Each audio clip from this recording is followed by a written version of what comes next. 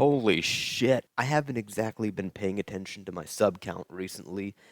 I thought I was still at 700 subs. This milestone came completely out of left field for me. So much so that for the past few days, I've been working on my 1K sub special, and I've gotten more done in the last 48 hours than I've done in the past year. Yes, I'm absolutely rehashing an old unfinished animation into my 1K sub special, but hey, it looks good. But I need a video out right now to show just how much I appreciate all of you. Going off the suggestion of one person for my massive army of subscribers, I'm going to be doing a time lapse, specifically a Titanfall time lapse with narration. Before we get into it, I want to talk about my channel a bit. Titanfall 3 continues to be my most popular video, and I still don't know why. Where are you all coming from? Seriously, was it a streamer? Was it a commentary channel? I'm being serious. What brought you to that video? Next is upload schedule.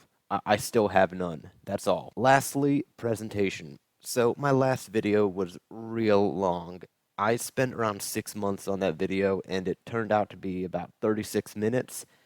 The average watch time was about 3 minutes. Now, this is understandable. That wasn't a very interesting video to sit through, so I'm turning a new leaf. No more live recording, no more boring videos. I'm going to keep my videos engaging and entertaining. So, without further ado, Titanfall 4. Enjoy.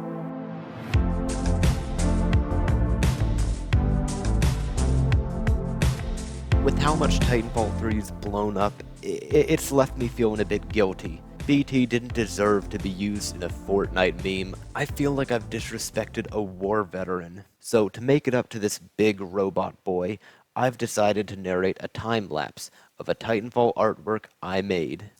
I'm gonna explain how I made this, what exactly went into creating it, and hopefully show you how to make something the likes of this as well. Let's get into it. Firstly, I pulled up a reference. The purpose of this reference is for inspiration. Next, I opened up good old scene build huge void and got all my primary props spawned in. These are the main elements that I plan to use. BT-7274, pilot Jack Cooper, a couple of planets, and a big spaceship. The Skydome was next. This is a pretty important step because your Skydome will determine the mood of your image. I ended up going with just a generic blue sky. Now my scene's in place and ready to be built.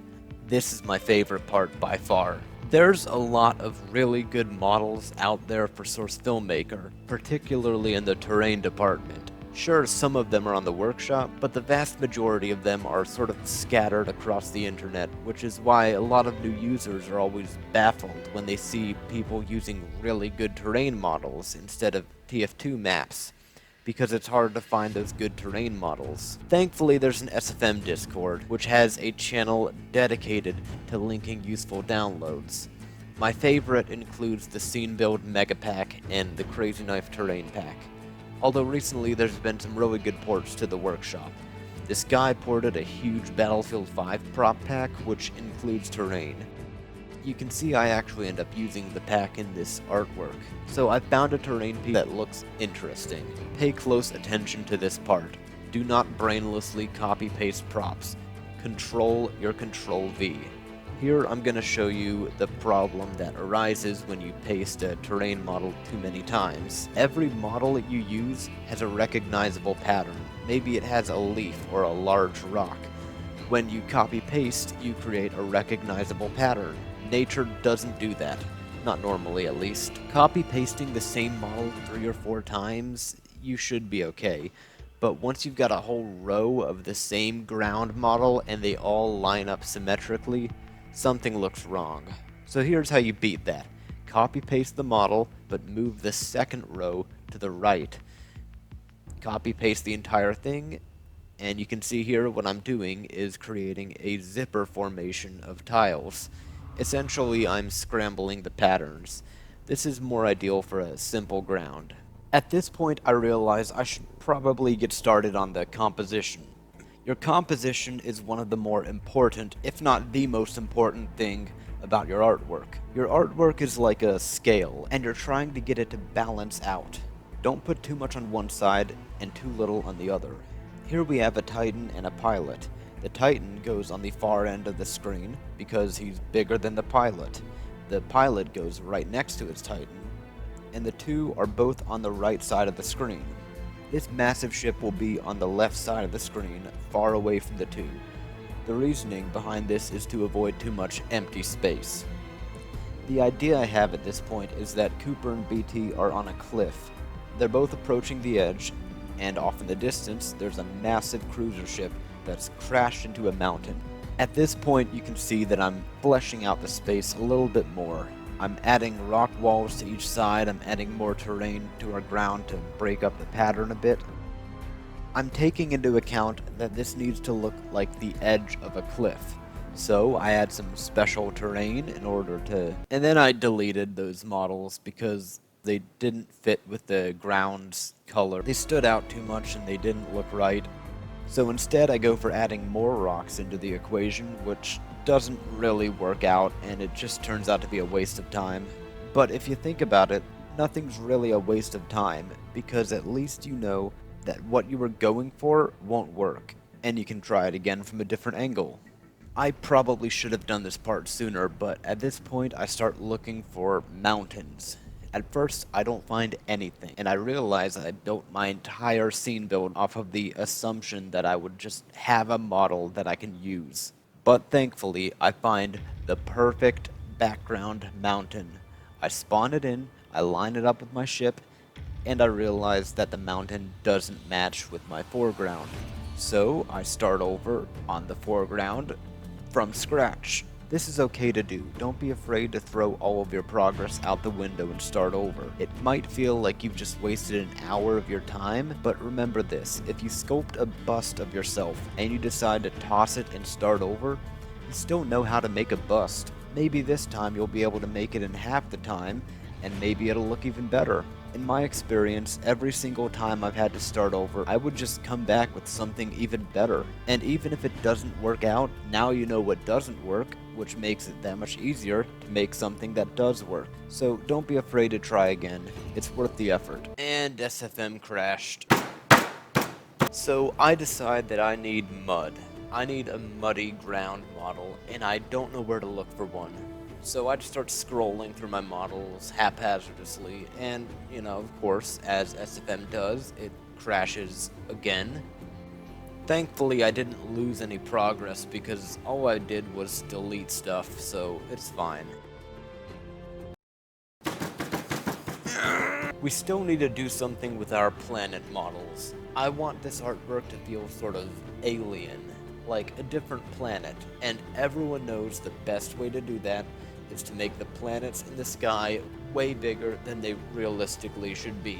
We're gonna touch up on those planets later, but for now I need a replacement for that ground, and I have the perfect model in mind. A model that I made with my own 2 hands and a displacement map. Oh, thank God it didn't crash. So, unlike the last ground, I'm not just gonna copy-paste into a big flat plane. This time, I'm gonna try to make a sort of curved terrain plateau. Which is admittedly difficult because guess what? You can't turn a square into a circle. Or can you?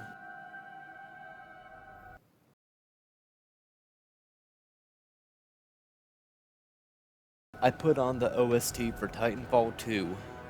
Next, I delete the Sky Dome that I was using because it was taking up a ton of memory with its 30 skins. Now I can spawn in even more terrain models. Here's a lesson I learned a while back about scene building. Don't be afraid of clipping. You can create new terrain by clipping objects through one another. Like right here, I want to add a sort of jagged panel at a diagonal angle so that the dirt appears less blocky. Next, I join the 2 models together with grass. What I have in mind can't just be dirt and then rock. I need patches of green so that the plateau seems to match with the mountains in the background. Back to what I was talking about with clipping, it's perfectly normal to have rocks and grass clipping out of the ground. It helps make the environment look more natural. Right here, I'm getting particularly creative with the scene build, rotating the squares to make my own non-uniform terrain piece. It's really hacky, and I'm only really doing it because Source Filmmaker doesn't have any terrain sculpting tools. So I added the grass to help blend the mud and the rocks together. Now I need to blend the grass and the mud together. Clipping time. I'm making the mud different sizes, I'm putting it at different angles, I'm doing whatever I can to keep it looking randomized. Next up is adding tall grass to make everything seem less flat. I'm also going to add some rock clusters later on. I really love this part of scene building. It's that feeling of momentum you get when you finally figured it out and everything starts coming together. I've got the base layout finished, and now I can add all the tiny detail props, like loose dirt and dirt piles. Now, usually when planets are in the sky, they're surrounded in a blue haze because of how far away they are.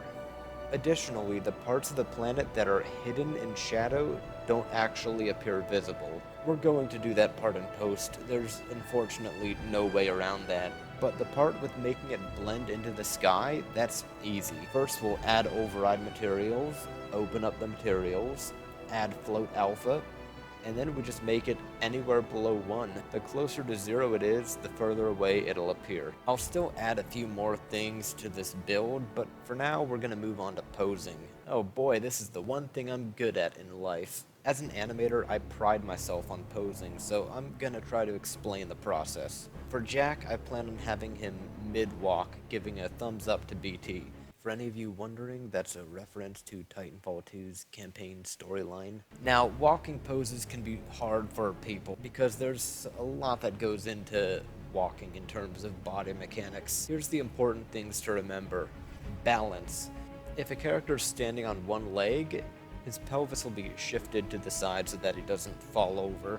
If you can, try to find a reference beforehand. I've been animating for a while, so I know how to make a pose look convincing without a reference, but if you're still somewhat new to posing, you should try to find a picture of the pose you want, even if it's just some generic standing pose. Lastly, remember to keep it interesting. Don't have a character facing directly towards the camera. Have your arms be doing something, or at least put them in different poses from one another. Now, originally I was gonna have BT directly next to Jack, but then I decided it would be cooler if he was a few paces ahead and was turned around to face the camera. Again, I try to keep it interesting by having the characters not directly facing the camera. BT's at a little bit of an angle. BT's been T-posing for a while now, his arms must be getting tired. Before I start posing my shitty BT port, I realize there's a better port on the workshop. So I give BT an upgrade that makes his Fong values a bit better and gives him a proper rig instead of a bunch of unknown bones. So now that we've exchanged store brand BT for real BT, I can actually start posing. I've got him in this sort of mid-step pose. Something I noticed about BT in Titanfall 2 is that he has a very wide stance. There's a couple of different ways to walk. There's feminine walks where your hips sort of sway around a lot. In exchange, your hips don't have much up and down movement because any lateral movements go into the rotation of the hips. On the opposite side of the spectrum, you have masculine walks where there's lots of up and down movements and very little hip sway. These tend to have more side-to-side movements. Now, typically when we walk, it's somewhere between these two. We all walk differently. Some of us walk with around 40% masculinity, some of us walk around 70%. But BT walks with 100% masculinity, like an absolute Chad. He fucking struts with the masculinity of 1,000 gay Roman soldiers. He is an absolute powerhouse. Girls? Fuck no, get that shit out of here. No girls, traps, or femboys allowed beyond this point. What I'm getting at is that BT is a mountain of masculinity. He is a massive war mech after all, so I'll leave the hips alone for the most part. Now, what the fuck? Digitigrade. There we go. Now, digitigrade legs can be tough to animate because how many bipedal digitigrades can you search for reference of? How many bipedal digitigrades are there? Birds? Kangaroos? I think I think that's all of them. Thankfully, like I said, I'm a posing mastermind. I know how to work with bipedal digitigrades. Basically, if you want to have the legs crouched down, you have to rotate the lower knee back like this. So I've given him a nice wide stance for the lower body. I'm gonna work on the arms now. I figured it'd be nice to have BT giving a thumbs up back to Jack. For any of you wondering, this is another reference to the Titanfall campaign. For his other hand, I just went with a default relaxed hand pose. I opened his eyes a bit, looked inside the cockpit to reminisce on the good old times when we were all speculating what Titanfall 3 would be like. God, why couldn't Titanfall be more popular? Alright. Well, anyways, posing is done. That didn't take long at all. And this looks about as good as it ever will. The silhouettes aren't overlapping and the composition still works well. Now the hard part, lighting. And SFM crashes again. Source filmmaker, DGR textures make me go into anaphylactic shock. Remember when I said this is a light source? So let's replicate this in SFM. Start by creating a light and disabling shadows. Bring your light as high up to the sky as you can. Make sure it covers the entire scene build. Now you just want to copy and paste the light 4 times so that it covers top, right, left, back, and front. You should get something that looks like this. Yep, using 6 shadowless ambient lights. In theory it makes sense. Turns out that in practice it's a load of situational horseshit. Here's what you really need to know. 1 ambient light with high radius and shadows enabled. I'm sorry, Anonymous Gamer, you were right all along, and I was a big stupid shithead. But hey, live and learn. Firstly, I'm gonna create a singular sunlight, and it's gonna look like shit. I'm gonna use it to compare my new and improved method of lighting large scene builds. As usual, the sun goes to the top of the sky dome, maxed out Farsian max dist, constant attenuation. You all probably know this already, but what I bet you didn't know is that the higher your light field of view is, the lower your quality of shadows are. You can counter this by lowering your shadow filter size, shadow depth bias, and shadow attend to 0. But your shadows will still look lame. The solution? In this case, my scene build is split up into 2 separate parts, so I can use 2 separate lights, respectively. 1 sunlight for our foreground and 1 for our background. This allows me to place my sun relatively close to the ground, meaning the shadows will be a bit higher res. The background light will still be lower res, but that's fine since it's pretty far away. I'm just gonna copy paste my first sunlight and translate it over the ship. Don't rotate it at all. This is the closest SFM will ever have to directional lights. Oh, another thing I was wrong about, don't use constant attenuation lights, use quadratic attenuation, then crank up the intensity a bunch. So, like I said, ambience, only make 1, not 6. They're also going to be quadratic and min shadow filter and shadow attend. Here we're going to use 2, just because of how far apart the 2 scene builds are. Make them blue like the sky, our suns are done, and our ambients are done. Now the rims. In case you're out of the loop, rim lights are lights that outline the rim of a model. I like to give my rim lights lots of radius, which really thickens the rims while softening them a bit. I also like to hide all the other lights, so I can see how my rim looks by itself. I'm going to be doing the standard rim light on the back thing, along with multiple other parts of BT's body. Then I throw a light on Jack, because for whatever reason he isn't affected by the light like the ground below him. Back to rimming BT, soft rim light on the leg for some reason. Then a rim light right on the ass. I really like this rim light, and not because I have an unhealthy affinity for robots. The rim light is set to max radius, so it covers the entire backside of BT, and I think the softness of the light looks absolutely beautiful. So now we move on to the touching up part of lighting, where I add just minor adjustments, throwing lights wherever it makes sense to. Rim lights and key lights on the mountains, some on the ships too, because they weren't being affected by light properly, and sometimes you just gotta do it yourself. At this point, I run into the dreaded too many shadowed lights, and I realize I have to get rid of some stuff. I start considering what shadowed lights to disable, and spoiler alert, it's all of BT's rim lights except for the one on his ass, because I really like that one. I eventually figure it out and decide I want to add a few more props into the mix. I want the ship to look like it's crashed into the mountain, so I need some rubble.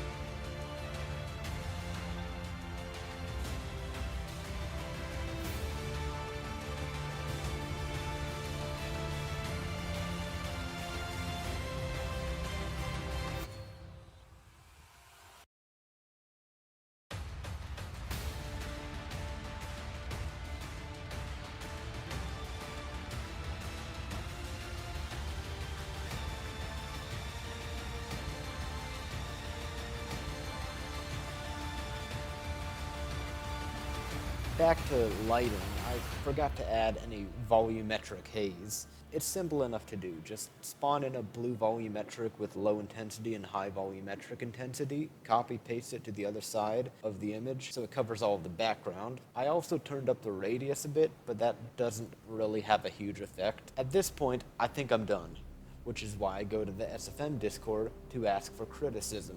Because whenever I think something's done, it's never actually done. I toned the haze down after asking for criticism. As another suggestion I received, I also added some trees to the mountain to help put the scale into perspective. That's pretty much it for criticism. Now that I've taken some suggestions, I feel motivated and ready to work. I then add lights to the planets, which I had totally forgotten about. It's midday in this artwork, so the sun is coming from above. That's where I'll put the key lights for this planet. Of course, I run into this issue, where the lights aren't lining up like they're supposed to. This is all because SFM doesn't have any directional light feature. It's a bit annoying, but the solution is just to have 2 separate lights for each planet and line them up accordingly. God, Source sucks. Another thing that sucks is the fact that these planets have fog. It makes them look like marbles in the sky, rather than planets made of terrain. Once again, override materials to the rescue. Reducing fog is as simple as adding a float to the material, fog boost, and now you can boost your fog value by making the number larger than 1, or in our case we can reduce it by making it less than 1. I just end up leaving it at 0 because having it with fog enabled just looks kind of weird. I get the idea to add a bunch of pterodactyls flying around the ship, because that's a thing in Titanfall 2, another thing to help with making it look larger. Problem is that the pterodactyls just look like birds from a distance, and that actually hurts the sense of scale. Now, I've covered this before, but the way you add bounce lights is simple. Go under your scene build, right under where you want your bounce lights to be, and just plop your spotlight right there. Turn down its range and intensity, make some adjustments based on what the light is theoretically bouncing off of, and disable shadows. I add bounce lights on BT's legs, and I really like how they turn out. So that's that, done with working in SFM. Now we can move on to post-production in GIMP. Unfortunately, I wasn't recording for that segment. Basically, I just used an eraser set to like 10 hardness on the planet's dark spots, and then traced over its edges with a white marker to create this atmospheric appearance. I spent multiple days on this piece, and finally, I finished it. My Titanfall Timelapse. I hope you all enjoyed. Feel free to leave a like, or don't. Honestly, I'm just happy you're here. Not to sound like every tuber ever, but when I started this channel, I never could have imagined myself getting anywhere over 100 subs. Hitting 10 subscribers and getting over 20 views was honestly an achievement to me back then. So reaching this milestone is just... I can't thank you all enough for giving this channel the time out of your day. Thank you all so much. It means the world to me. Also, this is gonna sound like a really weird and out of place plug. Please don't meme the shit out of this, but my dad started a YouTube channel, and yes, this is a shout out. He's gonna be uploading short videos on things related to business advice, financial stuff, all that boring stuff that a lot of you probably aren't even interested in. But if you own a failing business, have trouble communicating with people, or just feel the need for short 3-minute life advice videos, his channel is in the description. Anyways, I'll say it again, I appreciate you all, whether you're here for the actual content or because of Titanfall 3. Thank you, and until next time, keep it classy.